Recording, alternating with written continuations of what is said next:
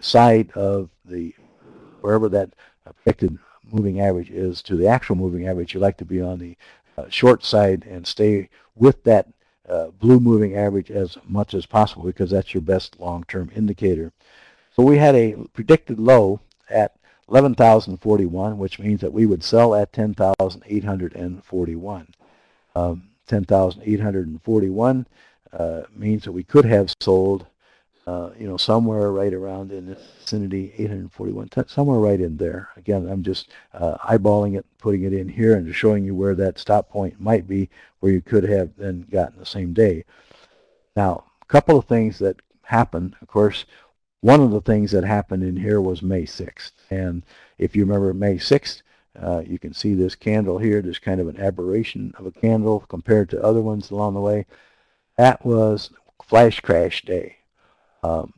Been virtually impossible to trade with a normal system because of the way things happen, the way the price action unfolded. So it wouldn't be flowing. It wouldn't be quite so smooth as you like it to be, because it just collapsed in moments. And again, I don't know if they've ever resolved everything that occurred then and why it happened and so forth, but that would have been a very tough period to trade. But at this point, you would have been short.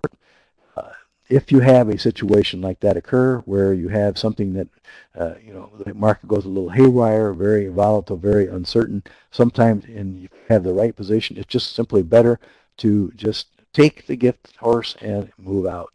In this particular case, you might have had to wait till the next day, but if you could have gotten out, it would have been a nice profit. You just don't look back and take the profit and, kind of then regroup, try to decide what you're going to trade.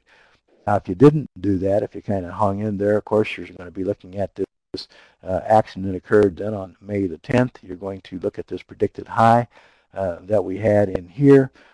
That predicted high, 10,569. So that makes your stop 10,769. And so that would have taken you out, even before you, before this trend started to unfold, but it would have taken you out somewhere in this vicinity right here, where you would have been out of the market, that position that you had, that short position, with a little profit. But considering what happened on Flash Crash Day on May 6th, you might have been grateful just to have that. I want to move ahead here now just a little bit to the current time frame to show you that what did happen. Of course, there were several, during this downtrend here, there were several wiggles to the upside.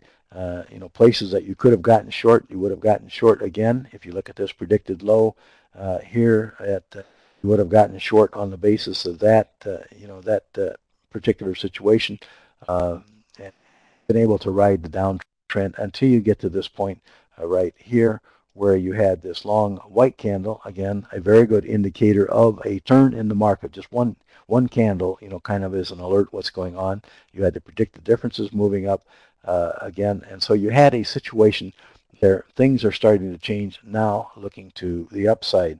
But we had kind of a choppy period in there. Whether you rode it out or got in there. Remember, at this point, if you kind of are looking at a little longer term time frame, you are looking now more towards the short side. You want to be a seller because you think the market has turned. Now, that doesn't mean the market can't resume its uptrend, but it has to prove itself that it is ready to do that before it's there. So on June the 4th, this day right here, I think this is this long day right here that we had right here, this long black candle. You had a situation where the predicted low, 10,117, so you'd be short at 9,917. And your stop at 10,017. So your stop would have been, somewhere right in here. And, as sometimes occurs, you will get, stopped out, but this stop would stay in place until, for a couple of days, and then you would have been stopped out, because now you're trading and looking at what is going on in the, with the moving averages or predicted differences. You've got to be ready to swing both ways if possible. And you have a predicted high there of 9,943, means you buy at 10,143. I know this is throwing a lot of different numbers in here, but this is kind of one of those situations where you need to be ready to act, be prepared, be in a position where you can do that. And at 10,143, you would be sitting somewhere right in there. That would have been filled on the 10th on last Thursday, I believe. So now, because of the little shift in the market, you would be in a long position. Your stop at this particular point, to protect yourself if something else goes on, is going to be at 10,043. Your stop will be somewhere right in this vicinity right here. As I said, if we can get a stop that is higher based on the predicted lows, we'll do that, but that's where the initial stop will be, and that's where the current position is. Now you are long with the stop at 10,043. Today's predicted low was 10,126, so we don't have enough latitude there yet to move that stop up because we need a little bit more activity. So we're going to keep our stop there for a while and see what the market does bring. As you know, the market did go up today. It looked pretty good. So, maybe this little trend to the upside, maybe there's something to it. Maybe it will come back and we will eventually be able to get into the longer term uptrend, although that doesn't seem to be the kind of the thought that most of the analysts and the experts are sharing.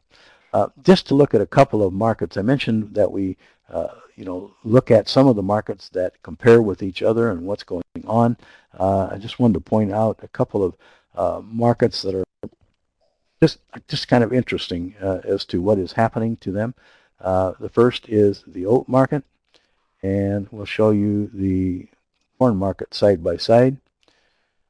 As you know, or may not know, I don't know if you trade the ag markets or not, but when you look at those two side by side, the thought has been that because of the nice spring that was generally available over most of the Midwest, the corn got in a good shape, much better than a year ago.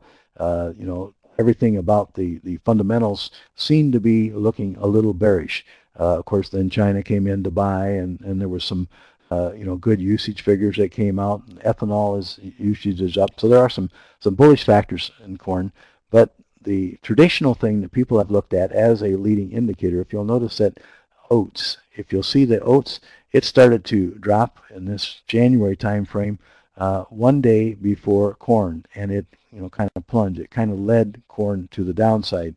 The only thing to point out about this is when you look at this particular chart, notice what has happened in the last few days.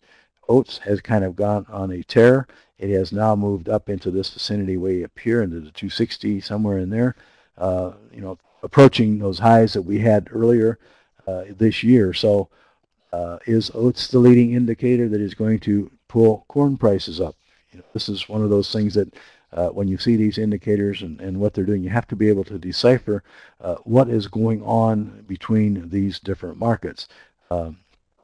You can say right now that oats is going up because of its own fundamentals, because there's more corn and bean acreage in the United States. We have fewer acres of the spring planted